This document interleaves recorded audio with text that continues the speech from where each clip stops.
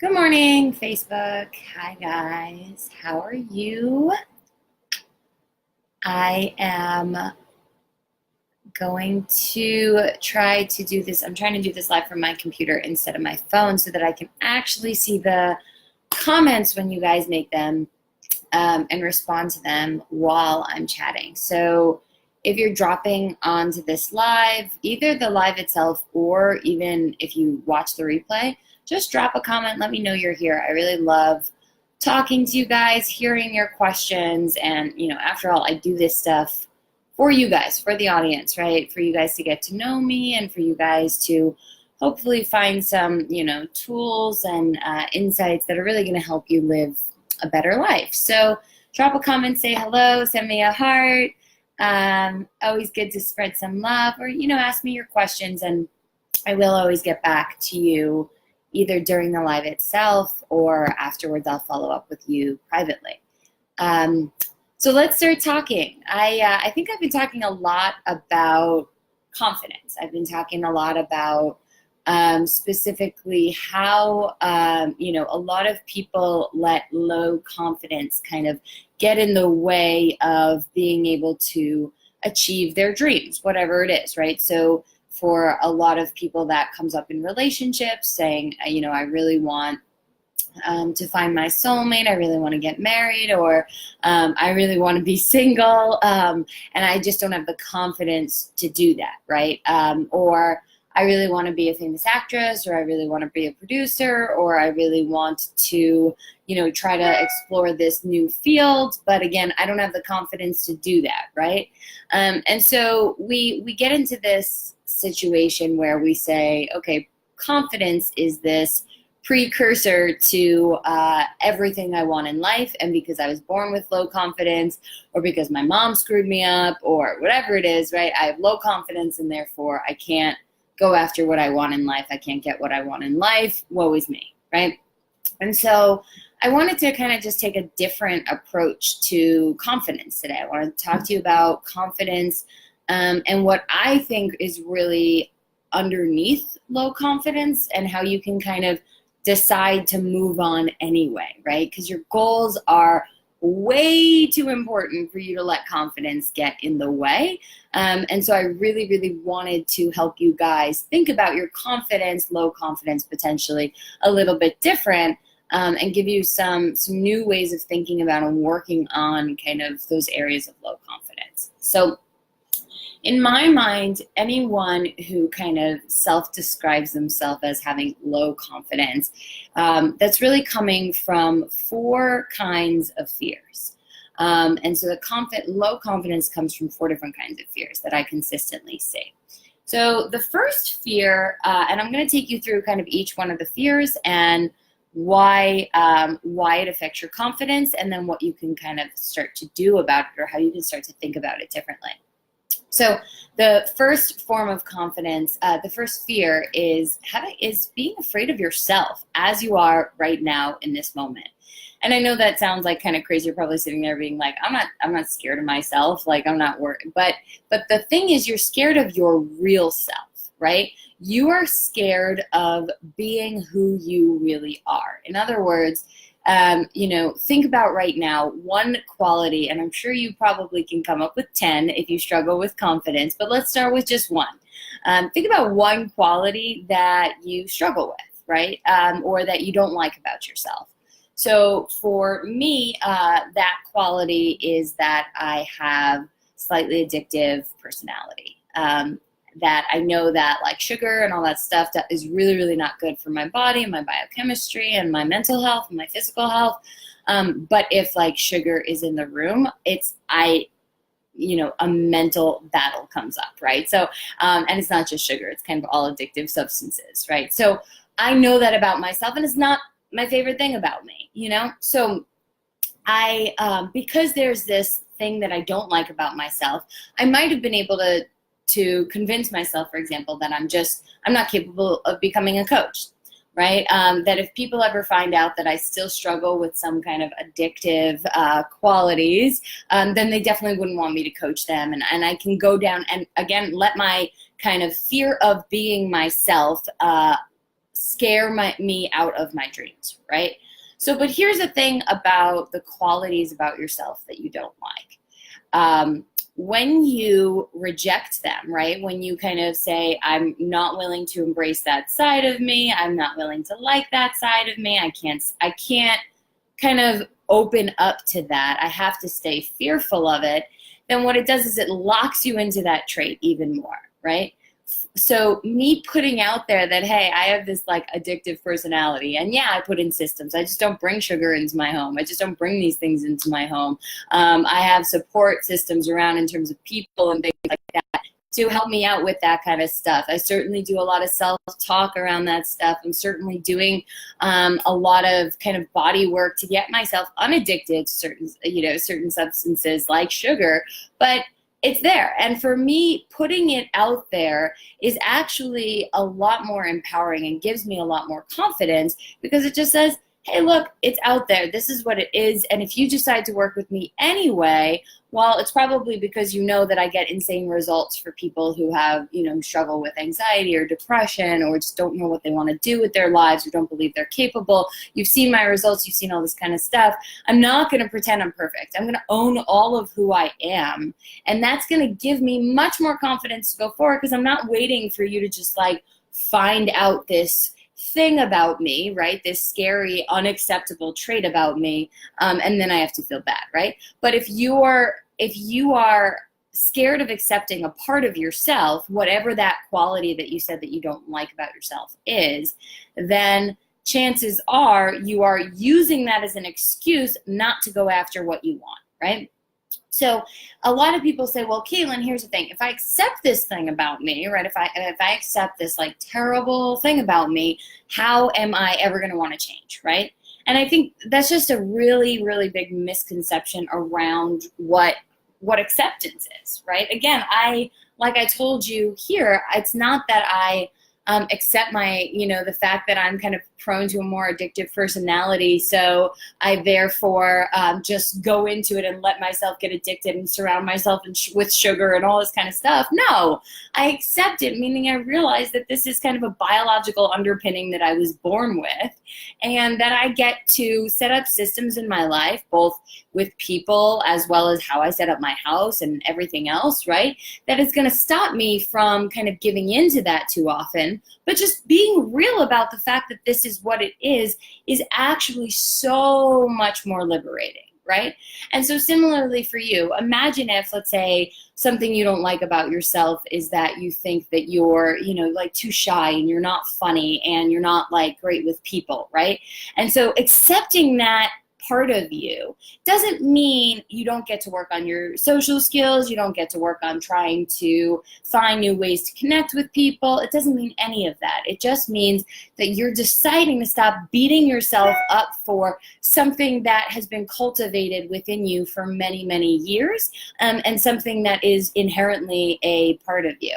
So I want to just make that really clear, that you do not need to hide from a part of who you are in order to be successful. We all have faults. We all have things that are wrong with us. We all have weaknesses, right? And if you're willing to own those rather than hide from them, you become so much more confident. I have this course. It's a 10-day, it's a free email course on building real confidence. It's 10 days, and every day is like 15-minute video or so. So it's quite a deep course on really working through this, how to accept parts of yourself that you don't like, that you fight with yourself, and how to kind of focus on your strengths instead, but also really how to deal with your weaknesses through some real mental activities. So if you're more interested in that point specifically, I really recommend that you sign up for that course, and I will put the link in the comments right now.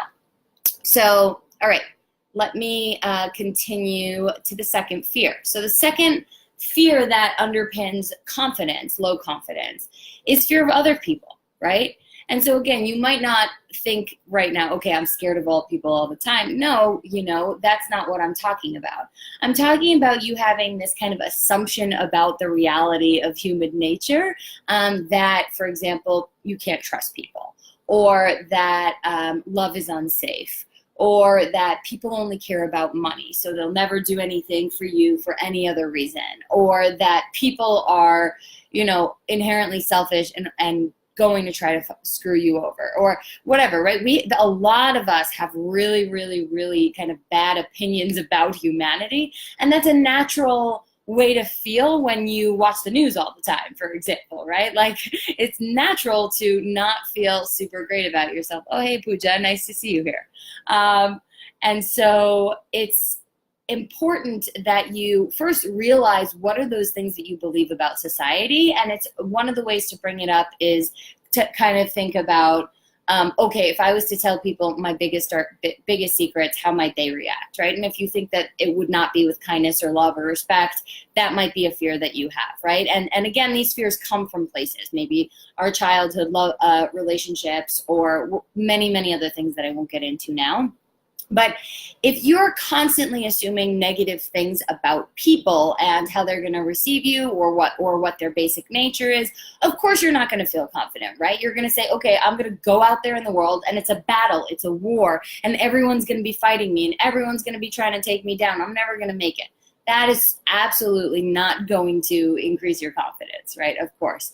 So it's important for you to start to check your fears on other people, and to really come back to this knowing that just like you, everybody else is flawed, and what comes off as selfish behavior or aggressive behavior or kind of ignorance or things like that is really for those people too, coming from low confidence, coming from point number one, something that they don't like about themselves, and they feel like they need to be able to prove or make up to the rest of the world, right? So, for example, I have one of my colleagues was saying, one of my clients was saying, I really want to ask my boss for a raise, but all he cares about is the company numbers. All he cares about is the company numbers. All he cares about the company numbers. That's it. He only cares about money. Okay, well, let's pause for a second, like really look into this person.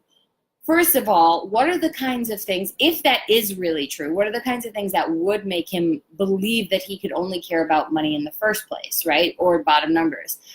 Maybe, he was led to believe that because of difficult experiences in his life, or because he's never been rewarded for anything in his life except his ability to make money for other people. But inherently, that person too wants and desires love. It feels vulnerable sometimes, goes through things, right? So assuming that person only cares about money is short-circuiting yourself from having a real deep connection and understanding with that person, right?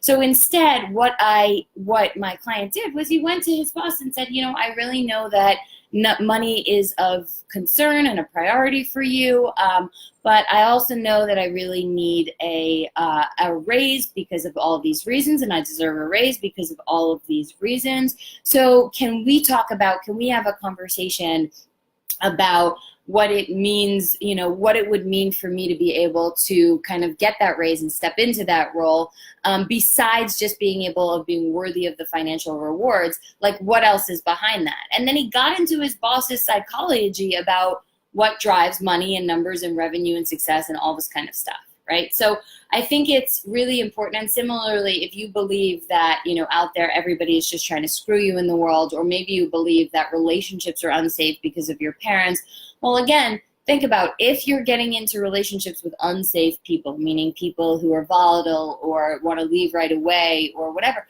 where are they coming from?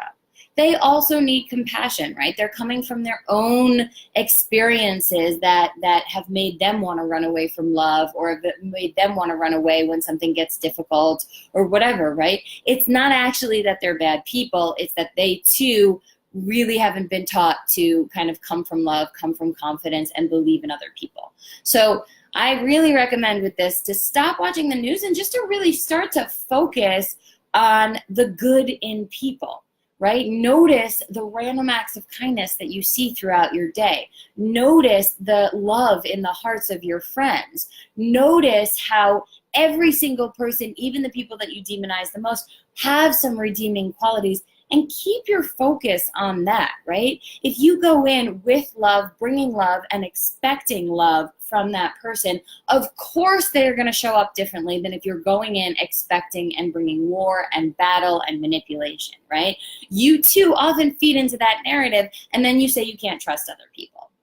That's not fair. So I guarantee if you start to come from a compassionate place, recognizing that everybody kind of has had difficult experiences where they sometimes feel unsafe at work, in love, or whatever, and therefore they might not always show up in their highest integrity or with full kindness, then what you get to do is you get to say, okay, I'm going to cut this person some slack, and even if they're being aggressive or whatever, it doesn't mean I need to be scared of them. I understand that they're just living their own life, going through their own thing, and I don't really need to worry about their opinion or how they're going to treat me. I can keep doing my own thing, right?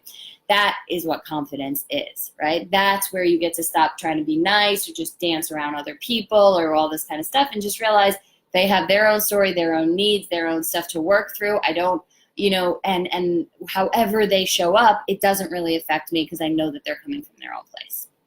Okay, cool. Third fear that underlies low confidence that I see is probably the biggest one, which is the fear of uncertainty, right? And so a lot of people get this. So think about this, right? I am, I want to leave my job, but I'm not, because I don't have any time to apply for new jobs, and this current job, it's working me to death, all this kind of stuff. So I want to be able to move into the new job world, but what happens if I can't find a job I like more than this? Or what happens if I go and I create all the same problems I created in this job in my next job? Or what happens if the economy tanks and the new job that I've already been offered goes away? Or, all of this uncertainty, right? And again, same thing in relationships. I see people say all the time in relationships that they know are beneath them, that they know they don't want to be in, but it's like, what if I don't find somebody who loves me more than this person? Or what if I can't, get over this person? Or what if I can't manage this? What if I'm not strong enough to manage this? And all this kind of stuff, right?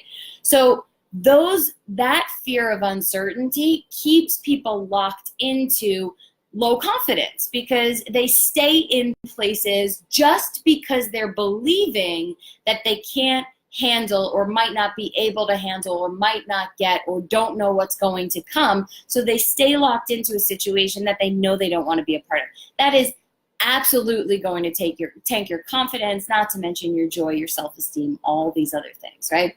So how can you start to deal with uncertainty? Well, uncertainty is a fact of life, right? So I am not one of those coaches who's going to teach you how to be in control of all these situations. I will teach you how to be in control on a mental level, but on a physical level, I'm not going to pretend that we have control over every situation in life. And I think that a lot of coaches that do that say you can control your whole life, you can perfectly 100%, are really out of touch with how vast and powerful the many forces of the universe can be sometimes. So, but what I can teach you is the mental infrastructure of dealing with uncertainty, and that is even more powerful and even more important. So here's how you start to deal with uncertainty, right? First, you want to do something really, really simple, like sign up for a pottery class, or something that you're like mildly curious about and sure you would be terrible at, right? So it should be something you'd enjoy. Maybe a pottery class is not something you enjoy, but like go to it. If you're, go to a yoga class if you've never done yoga before, or go to a pottery class, or go to a sports bar if you're like a creative artist and don't care about sports. Go to an environment that makes you feel kind of uncertain. You don't know what it's going to be like. You don't know how people will be. You don't know how people will respond to you. You don't know how you'll be in that situation. Go to that place and start to work with your thoughts. Specifically, start to remind yourself of how safe you are and how capable you are of getting through that, right? So if I go to a pottery class, for example, I am the world's worst artist, like from a manual perspective, at least. I feel like the circuit from my brain to my hands is just like there's something missing.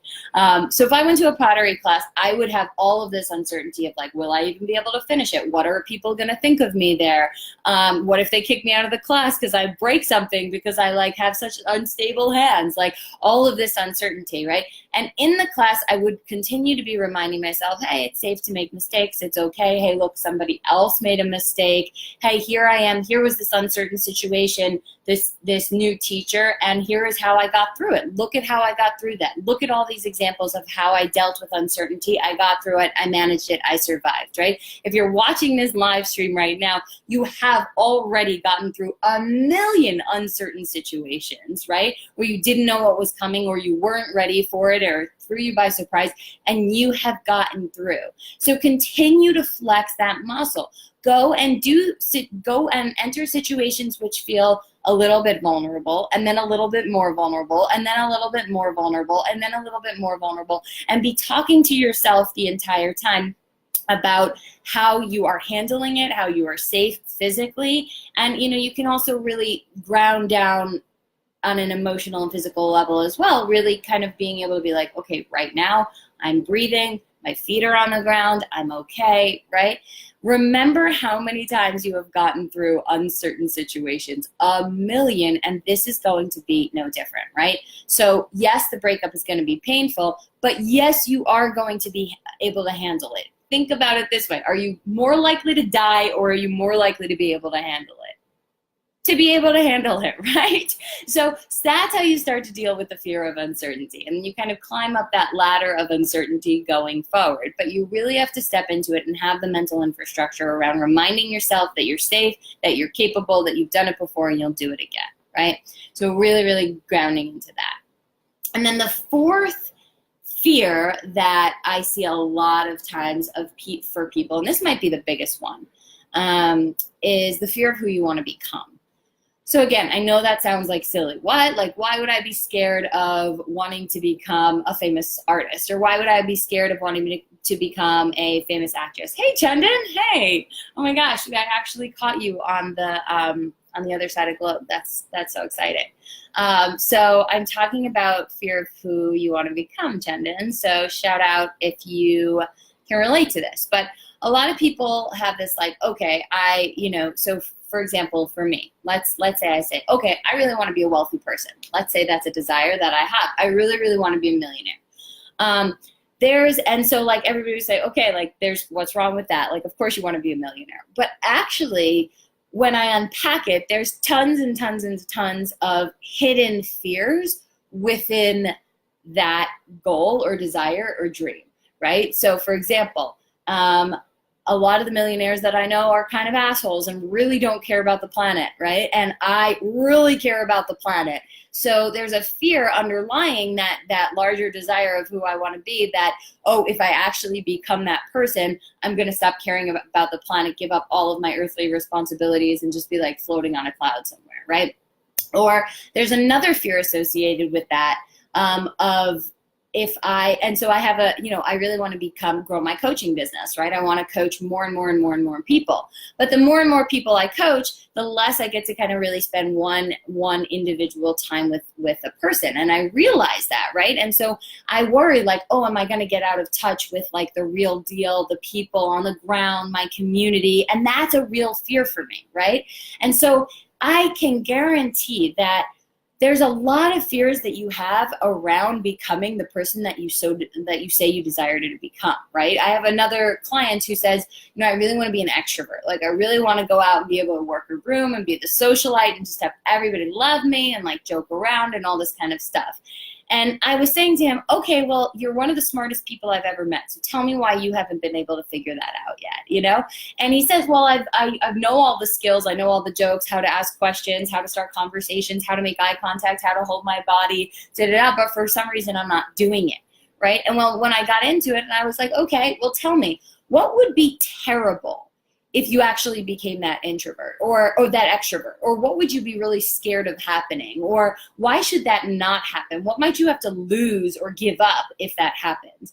And he started telling me about actually, you know, I know all of these extroverts that I hate. They talk about nothing. They don't have real conversations. They're bullshitting for hours and achieving nothing powerful or meaningful or whatever. And I was like, wow, okay. Well, no wonder deep down inside you don't want to move to become that extrovert, right? Like, no wonder that's stopping you, because this real fear of becoming this person that you despise is also embedded in that greater desire.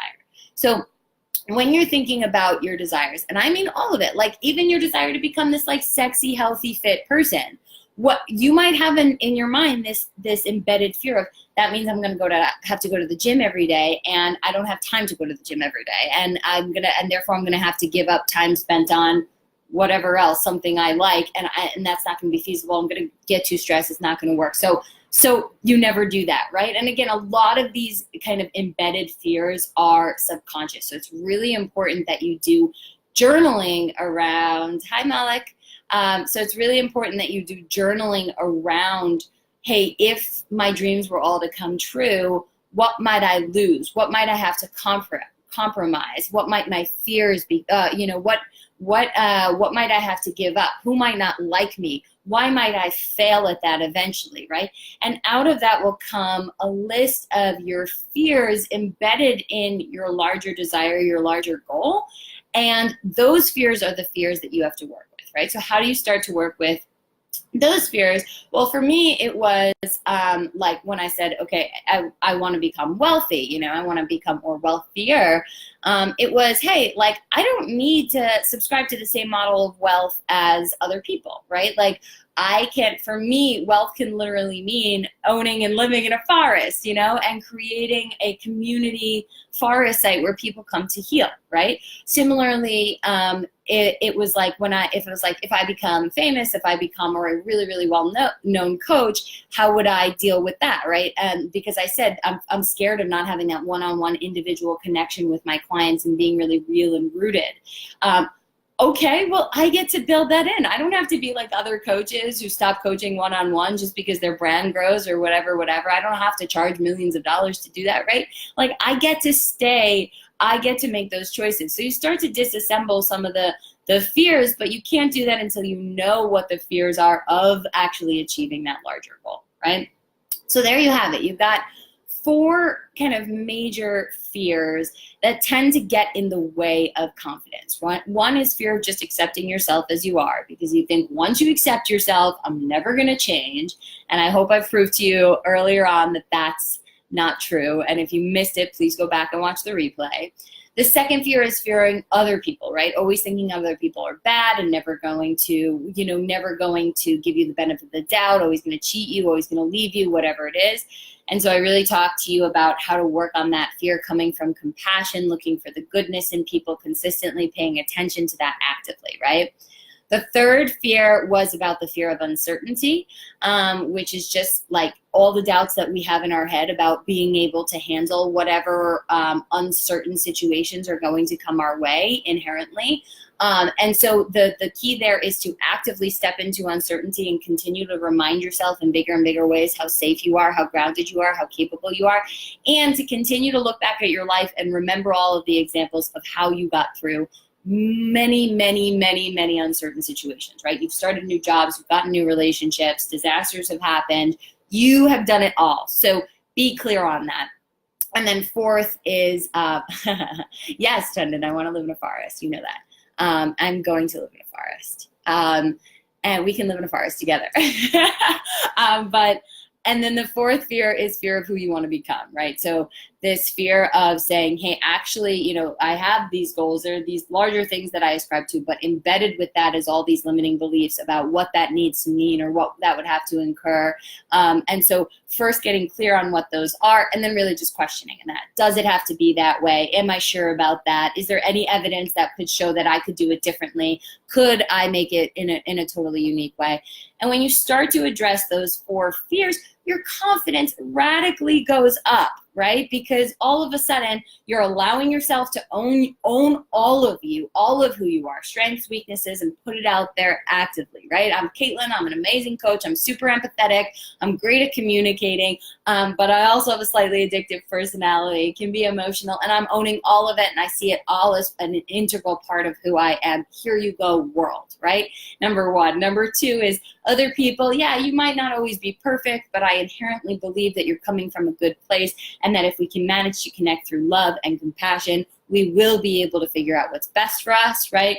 Third, fear of uncertainty is like, hey, I can face any uncertain situation.